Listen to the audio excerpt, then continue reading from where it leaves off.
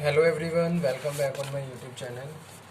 ई commerce में आज के लेक्चर में हम डिस्कशन करेंगे how to attract Indian online customer. ठीक है, इस तरीके से इंडियन ऑनलाइन कस्टमर को आप अट्रैक्ट कर सकते हो। तो ये टॉपिक डिस्कशन करेंगे आज के लेक्चर में।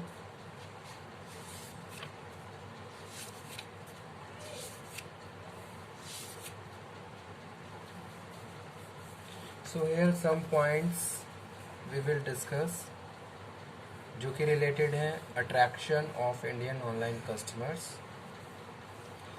Government of India has decided to impose services tax on e-commerce transactions that will result in the making the net shopping expensive। लेकिन यहाँ पे हम जो डिस्कशन कर रहे हैं वो कर रहे हैं how to attract Indian online customers. So first point is related to this topic. Goods should have value for the customer along with quality. ठीक है, क्वालिटेटिव गुड्स कस्टमर को प्रोवाइड करिए। अगर आप क्वालिटेटिव गुड्स ऑनलाइन कस्टमर को offers करेंगे तो easily आप कस्टमर को अट्रैक्ट कर सकते हो। ठीक है, और एक बार जब आपने कस्टमर की एक्सपेक्टेशंस को फुलफिल कर दिया तो आपका कस्टमर क्या हो जाएगा, लॉयल बन जाएगा और मैनी टाइम वो आपसे ट्रांजैक्शंस को प्रोसीड करेगा।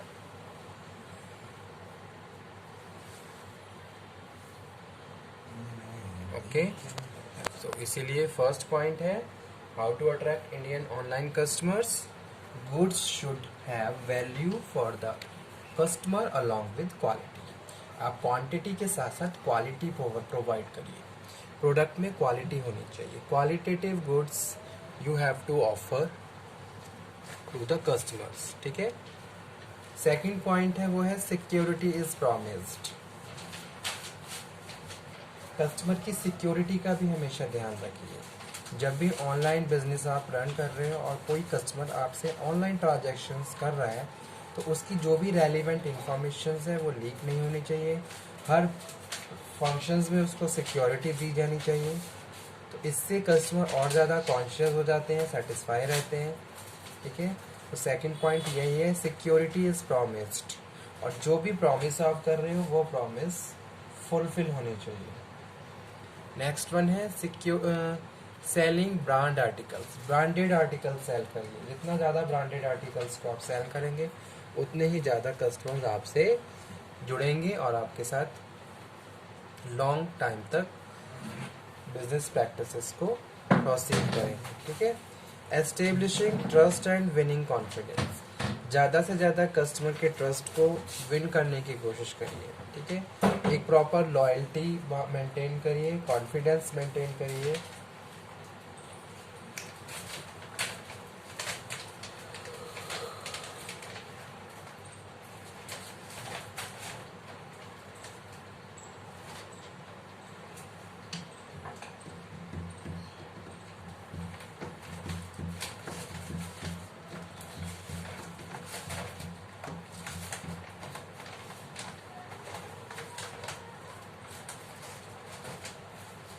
नेक्स्ट पॉइंट है प्रोवाइडिंग इजी गाइडेंस। कस्टमर को गाइडेंस प्रोवाइड करिए।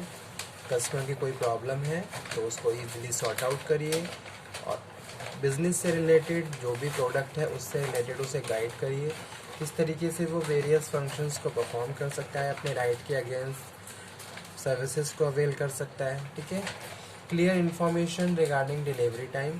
डिलीवरी टाइम की इन्फॉर्मेशन एक्यूरेट होनी चाहिए, मिसगाइड नहीं करना है।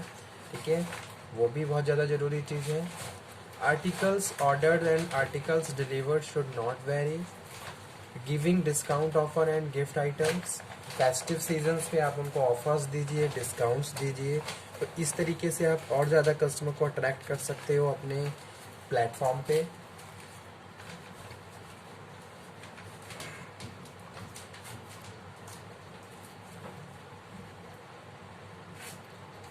Limited personal information. जब भी कस्टमर कोई भी ट्रांजैक्शन कर रहा है तो जो प्रिस्क्राइब फॉर्म्स हैं वो इस तरीके से डिज़ाइन होनी चाहिए ताकि उसमें कम से कम इन्फॉर्मेशन इनपुट की जाए।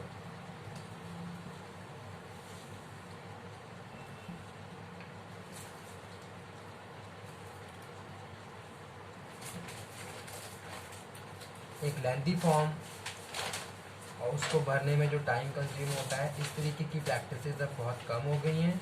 तो ज़्यादा से ज़्यादा कोशिश करिए कि कम से कम इंफॉर्मेशन में बिजनेस बाइंग एंड सेलिंग को कंप्लीट किया जा सके।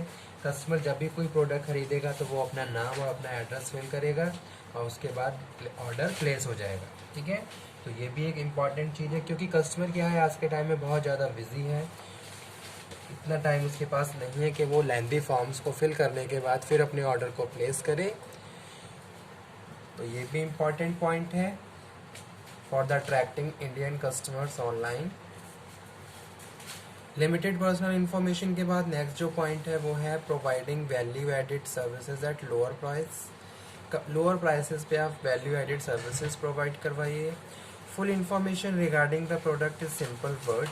जो भी प्रोडक्ट आप ऑफर कर रहे हो उससे रिलेटेड फुल इंफॉर्मेशन आपको सिंपल वर्ड्स में कस्टमर को कन्वे करनी है। ठीक है, कस्टमर को हर एक एस्पेक्ट के बारे में प्रॉपर होना चाहिए आपके प्रोडक्ट के बारे में। जो भी प्रोडक्ट है उससे related each and every information in the simple and concise way you have to convey to your target customers. ठीक है, और कस्टमर जब आपको अंडरस्टैंड कर लेंगे तो वो आपके साथ आपके प्रोडक्ट को कंज्यूम भी करेंगे। इनोवेटिव प्रोडक्ट्स आपको यूज़ करनी है, क्योंकि आज के टाइम में नंबर ऑफ द पर्सन्स हैं जहां ऑनलाइन बिजनेस प्रैक्टिसेस प्रोवाइड की जा रही हैं। तो ऐसे में कॉम्पिटिशन्स हाई होने की वजह से इनोवेटिव प्रोडक्ट्स आपको अपने कस्टमर को देने हैं। सोशल शॉपिंग फिनोमिना होना चाहिए।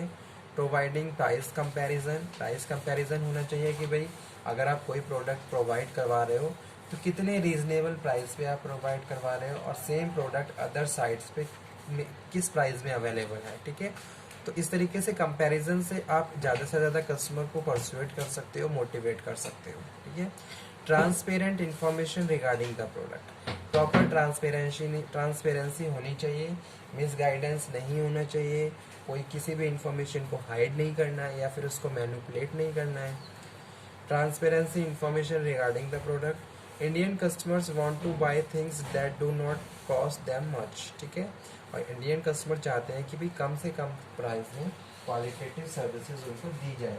तो इसके लिए हमें कैसे करना है, Indian customers want to buy things do not cost them much. कम से कम प्राइस में क्वालिटेटिव गुड्स उनको प्रोवाइड करवानी है। That is also very important thing. तो ई कॉमर्स का ये एक इम्पॉर्टेंट टॉपिक है जहाँ हमने बात करी how to attract Indian online customers. तो ये सारे पॉइंट्स हैं, बेसिक्स पॉइंट्स हैं जो कि रिलेटेड हैं कस्टमर से और ई कॉमर्स से। किस तरीके से आप ज़्यादा से ज़्यादा कस्टमर को परसुएट कर सकते हो, मोटिवेट कर सकते हो और इन्फ्लुएंस कर सकते हो। ठीक है, और ऑनलाइन कस्टमर को अट्रैक्ट कर सकते हो। तो ये सारी एक तरीके से सिंपल स्ट्रैटेजीज़ हैं जो हर कंपनी यूज़ करती है ताकि वो ज़्यादा से ज़्यादा कस्टमर को अट्रैक्ट कर सके और अपने बिजनेस को ऑनलाइन प्रोसीड कर सके। तो ये तो था how to attract Indian online customers. एक और पॉइंट जो रिलेटेड है हाउ टू प्लेस ऑर्डर। तो ऑर्डर को प्लेस करने के लिए आपको क्या करना होगा, एक वेबसाइट पे जाना होगा। ठीक है, जैसे कि amazon.com है, वहाँ पे आप जाओगे, वहाँ पे आप क्लिक करोगे तो अमेज़ॉन की साइट खुल जाएगी। साइट खुलने के बाद आप क्या करोगे, सर्च करोगे जो भी प्रोडक्ट आपको चाहिए। ठीक है, प्रोडक्ट आ जाएगा, प्रोडक्ट को आप देखोगे, प्रोडक्ट को देखने के बाद उसके प्राइस क्या है उन सब चीज़ों को कंपैरिजन करोगे। कंपैरिजन करने के बाद फिर ऑर्डर को प्लेस किया जाता है। ठीक है, ऑर्डर प्लेस करने के बाद आपको कुछ रेलिवेंट इन्फॉर्मेशन इनपुट करनी होती है, जैसे कि क्या नाम है, क्या एड्रेस है, आपका टेलीफोन नंबर। ठीक है, जब आप एक बार ऑर्डर को प्लेस कर दोगे फिर पेमेंट का मेथड आता है। पेमेंट के मेथड में बहुत सारे ऑप्शन दिए हुए होते हैं कि भाई आपको क्रेडिट कार्ड के थ्रू करना है, डेबिट कार्ड के थ्रू करना है या फिर कैश ऑन डिलीवरी का ऑप्शंस भी होता है। ठीक है, अगर कोई कस्टमर ऑनलाइन पेमेंट करना चाहता है तो इजीली वो ऑनलाइन पेमेंट भी कर सकता है। ऑनलाइन पेमेंट करने के बाद आपका ऑर्डर प्लेस हो जाएगा। अगर आप कैश ऑन डिलीवरी करना चाहते हो तो उस पर क्लिक करके ऑर्डर को प्लेस कर सकते हो। टाइम टू टाइम फिर आप अपने ऑर्डर को ट्रैक कर सकते हो कि आपका ऑर्डर कितने दिन में आ रहा है। एग्जैक्ट डिलीवरी टाइम आपको बताई जाती है और उसी के हिसाब से आपका ऑर्डर शिपमेंट कहाँ से कहाँ तक पहुँची है और उसके बाद फाइनली आपका प्रोडक्ट टाइम पे आपके पास आ जाएगा। अगर आपने पेमेंट का ऑप्शन ऑनलाइन पेमेंट कर दिया है तब आपको बस खाली अपना ऑर्डर रिसीव करना है।